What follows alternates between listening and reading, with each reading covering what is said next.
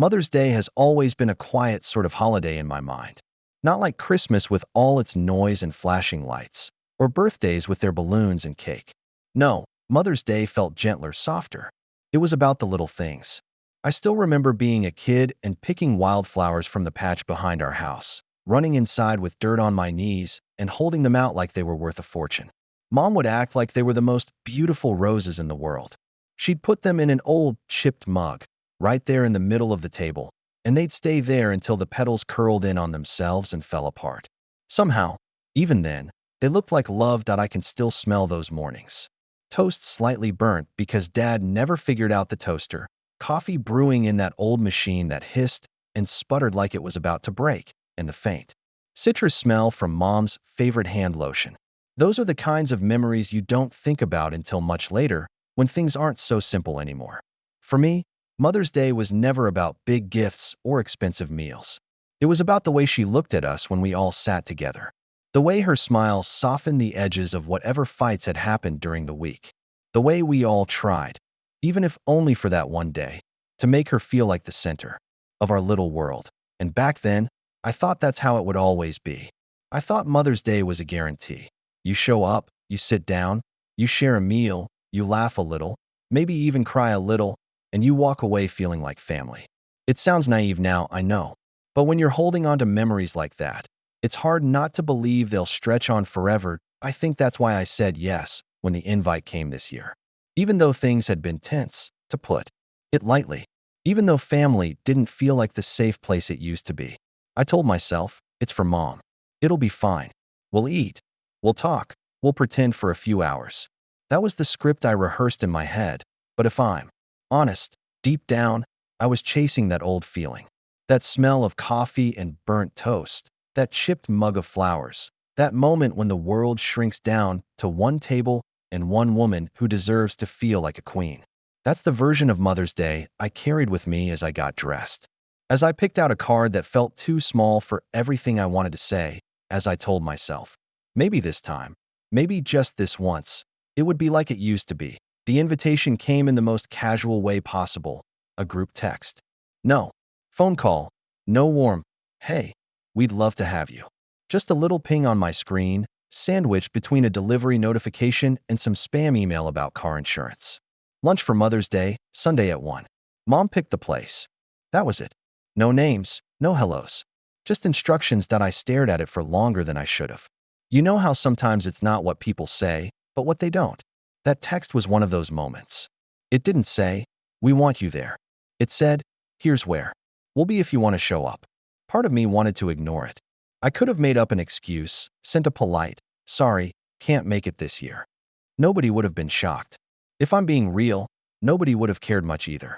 That's the truth that stings. Realizing your presence or absence doesn't really shift the room for them. But then there was Mom. Always Mom.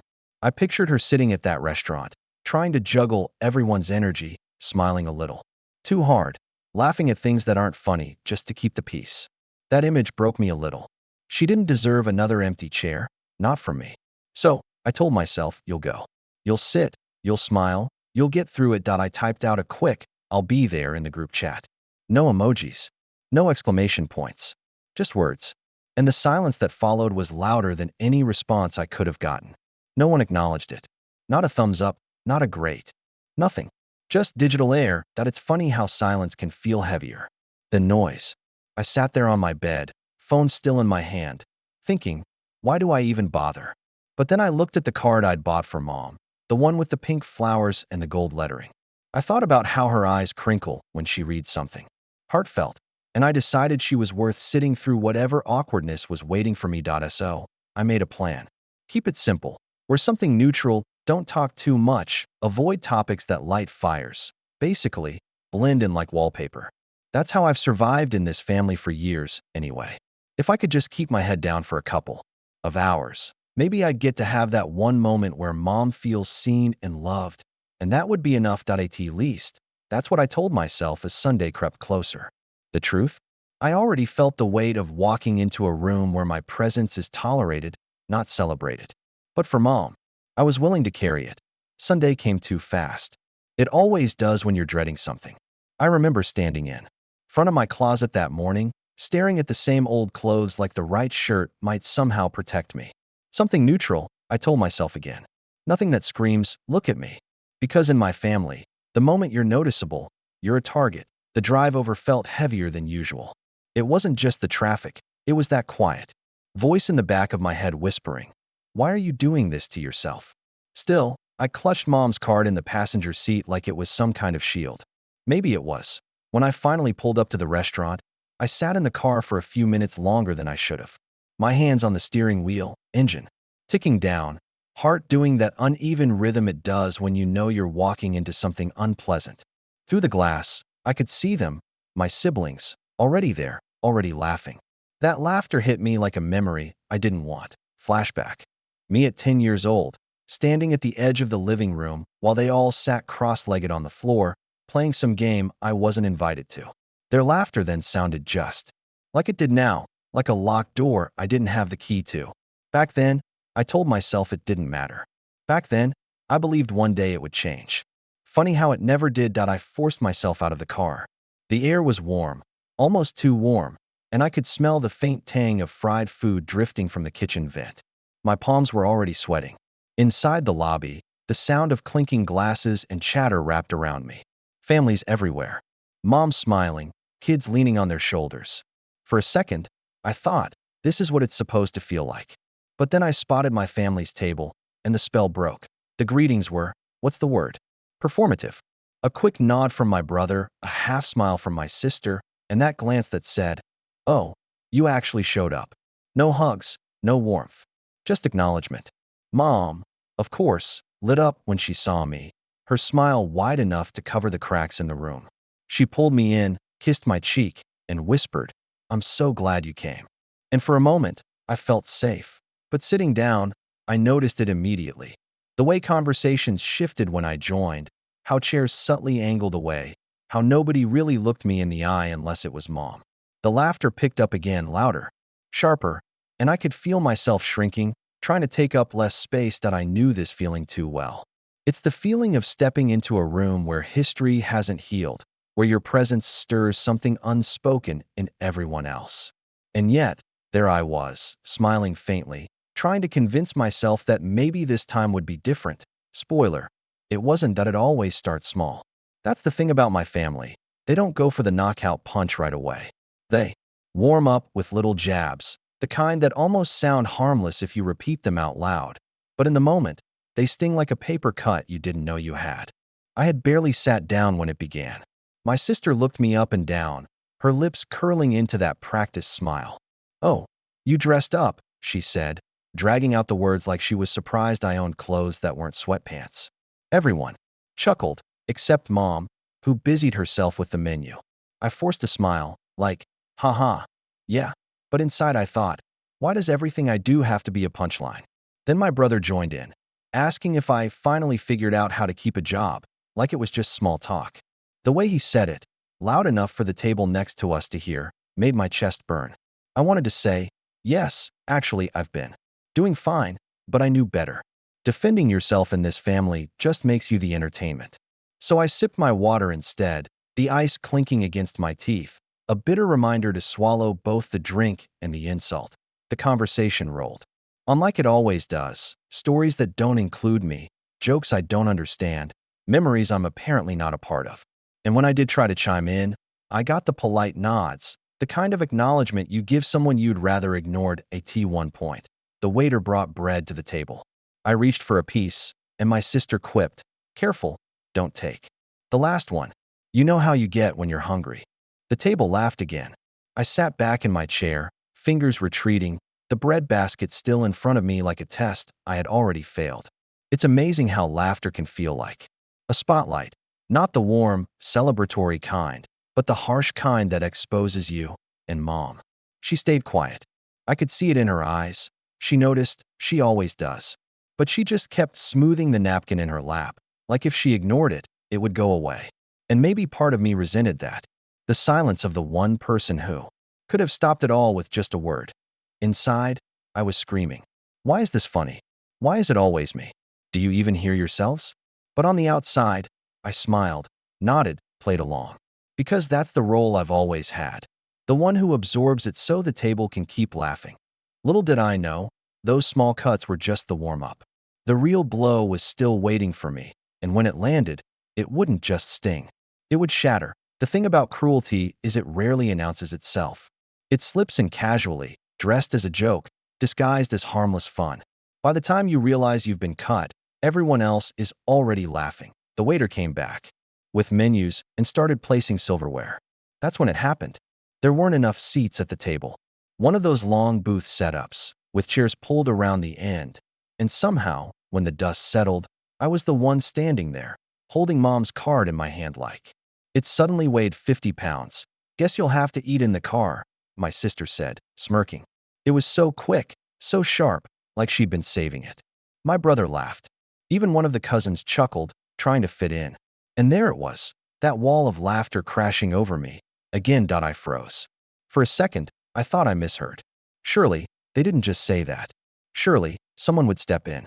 I looked around the table, waiting for someone, anyone, to say, "That's not funny. Stop." But nobody did. Mom's face. God, I'll never forget it. She looked down at her lap, fiddling with her napkin, her lips pressed tight. She didn't laugh, but she didn't speak either. Her silence was louder than their laughter. I felt the heat rise in my face, ears burning, chest tightening. The sounds of the restaurant seemed to close in. Forks clinking, glasses being filled, the low hum of other families celebrating their mothers. And there I was, standing at the edge of my own family's table like some uninvited guest. In that split second, 1,000 memories hit me like flashes. Being 10 years old, told I couldn't sit on the couch because I took up too much space. Being 15, left behind when everyone else went to the movies. Being 20, the butt of every joke at every gathering. And now here I was, grown, holding on to the same humiliation in a different wrapper that I wanted to speak. To say something sharp, something that would slice through their laughter. But my throat locked up. All I could think was, they really see me this way. They always have that I laughed. A weak, hollow sound that didn't belong to me. Because if you don't laugh, you're too sensitive. If you don't laugh, you're the problem. My sister grinned wider, satisfied. She thought she'd won. Maybe she had. But inside, something cracked.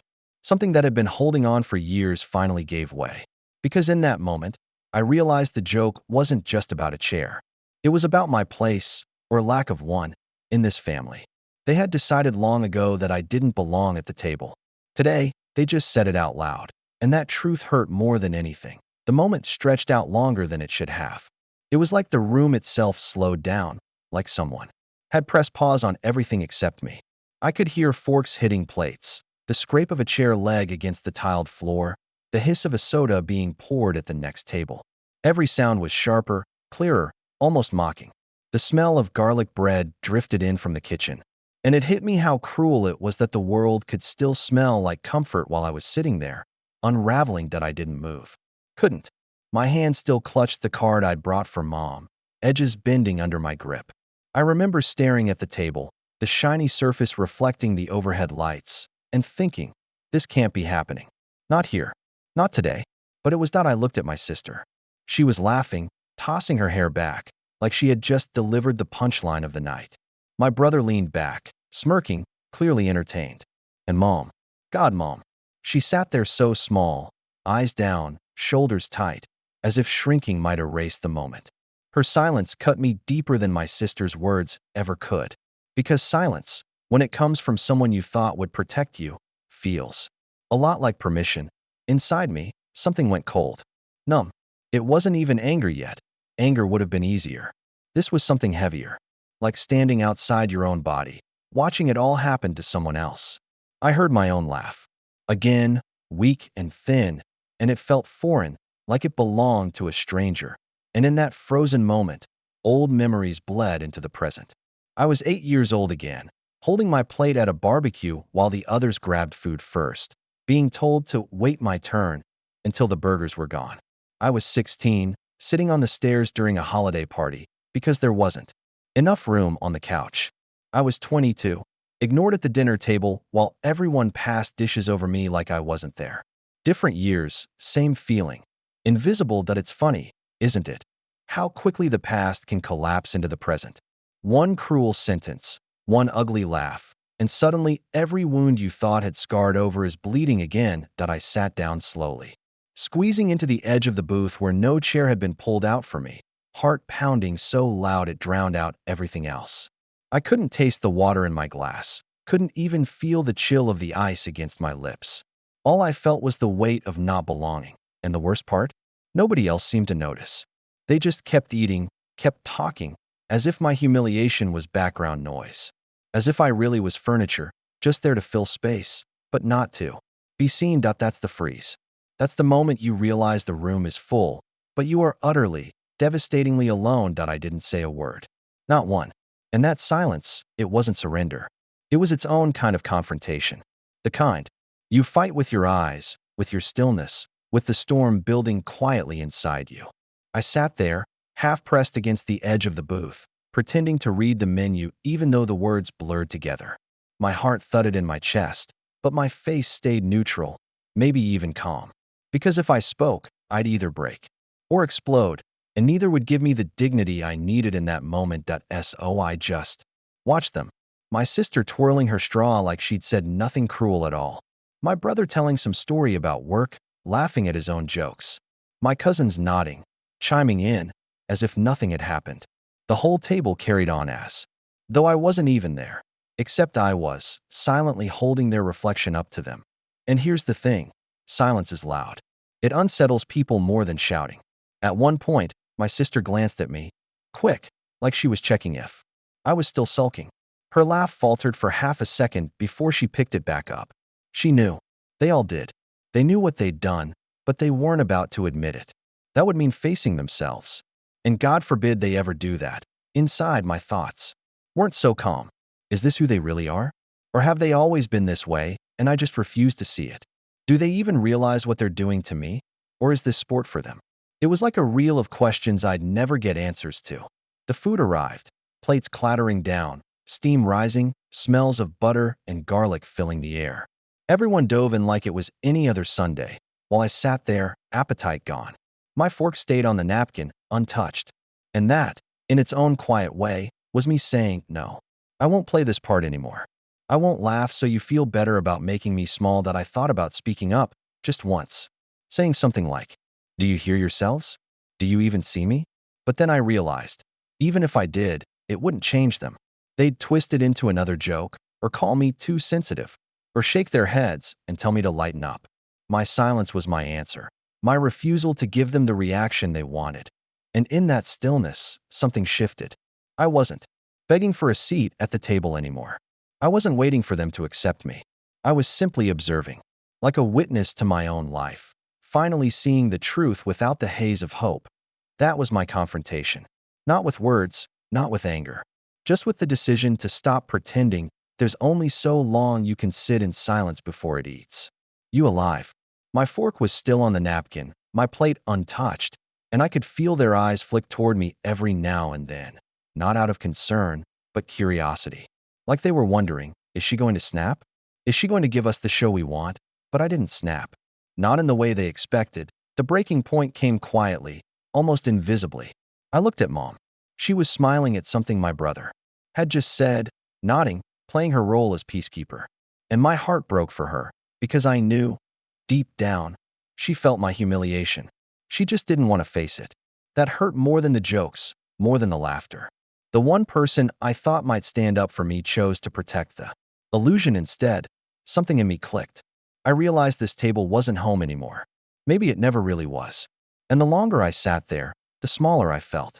So I made a choice. I folded my napkin slowly, carefully, like I had all the time in the world, slid it back onto the table, picked up the card I'd brought for Mom, and placed it beside her plate. Happy Mother's Day, I said softly. My voice was calm, almost steady, but my hands were trembling. The table went quiet for a moment. Not long, just long enough for them to realize I wasn't playing along anymore. My sister's smile faltered. My brother shifted in his chair. But nobody spoke. Nobody tried to stop me. I stood up. The sounds of the restaurant rushed back. In, laughter from other tables, glasses clinking, the soft hum of background music. All of it felt louder, freer, as if the air outside our little bubble hadn't been poisoned. I took one last look at them, all crowded together over steaming plates, and for once, I didn't feel jealous. I felt done, walking past the table. I half expected someone to call after me, to say, "Wait, don't go, sit down." But the silence followed me all the way out, heavy and suffocating. My sister even laughed again, forced, sharp, like she wanted to prove she'd won. But it didn't land the way she thought it would, because the real breaking point wasn't their cruelty. It was my decision not to carry it anymore that I pushed open the heavy glass door, the rush of warm air hitting my face, the sunlight blinding after the dim restaurant. For the first time that day, I could breathe. My chest still ached, but underneath, the ache was something else, relief, and maybe that's what breaking points really are, not explosions, but quiet choices to finally walk away. The thing about walking away is it doesn't end at the door. You carry the weight with you, tucked into your chest like an ache you can't quite shake. That night, I lay in bed staring at the ceiling, replaying it all in slow motion. The laughter, the silence, the card sitting there on the table. I wondered if Mom opened it after I left, if she read the words I'd chosen so carefully, or if she just tucked it into her purse, unopened, like she tucked away everything else no one wanted to talk about. The days after were quiet. My phone stayed still on the nightstand. No texts, no calls, not even a casual "Are you okay?" It was almost impressive how a whole family could erase you so quickly. And yet, not surprising. Deep down, I'd always known how replaceable I was to them. Weeks turned into months, and the distance grew like a wall I didn't bother climbing. At first, I thought I'd miss them. The noise, the familiarity, even the teasing. But what surprised me was how light I started to feel without it. There was no knot in my stomach when a group text pinged, no dread of the next family gathering. Just silence. And silence, for once, wasn't punishment. It was pieced out. Of course, there were moments of grief. Birthdays I skipped. Holidays where I scrolled through photos of them smiling together, pretending I didn't feel the sting. There were nights I asked myself, was I too dramatic? Did I overreact? But every time, I went back to that moment at the table, the laughter. In my face, Mom's silence. And the answer was always the same. No. You just finally saw them clearly. The funny thing is, they never reached out. Not once. Not even Mom. And that silence told me everything I needed to know. If my absence didn't create a gap, then my presence never mattered in the first place. I filled the space differently. I spent time with people who noticed when I spoke, people who didn't laugh when I was vulnerable, friends who felt more like family than blood ever had. It wasn't the same, but it was real. And slowly, the wounds turned into scars that I won't lie and say I never think about them. I do.